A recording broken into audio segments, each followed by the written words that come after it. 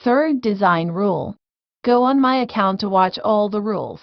Fitt's law. Fitt's law states that the amount of time required for a person to move a pointer, for example, mouse cursor, to a target area, is a function of the distance to the target divided by the size of the target.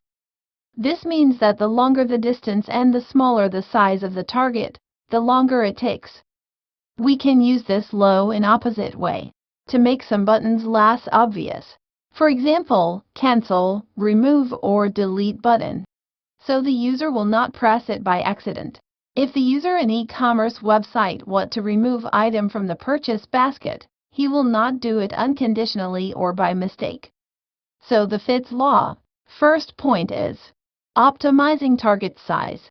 Bigger is better. The most obvious implication of Fitt's law is make targets big. Fitt's law clearly says that people will be faster to click, tap, or hover on bigger targets. Not only that, but error rates go down as target sizes increases. Number 2 is icons plus labels. We have said many times that icons need labels. Not only does a text label reduce icon ambiguity and makes it easy to understand, but it also improves movement time to that particular target.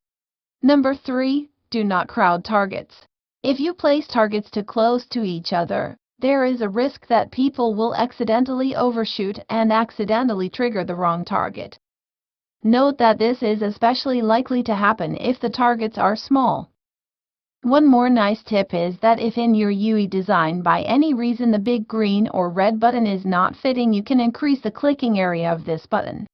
Number 4, padding is not enough.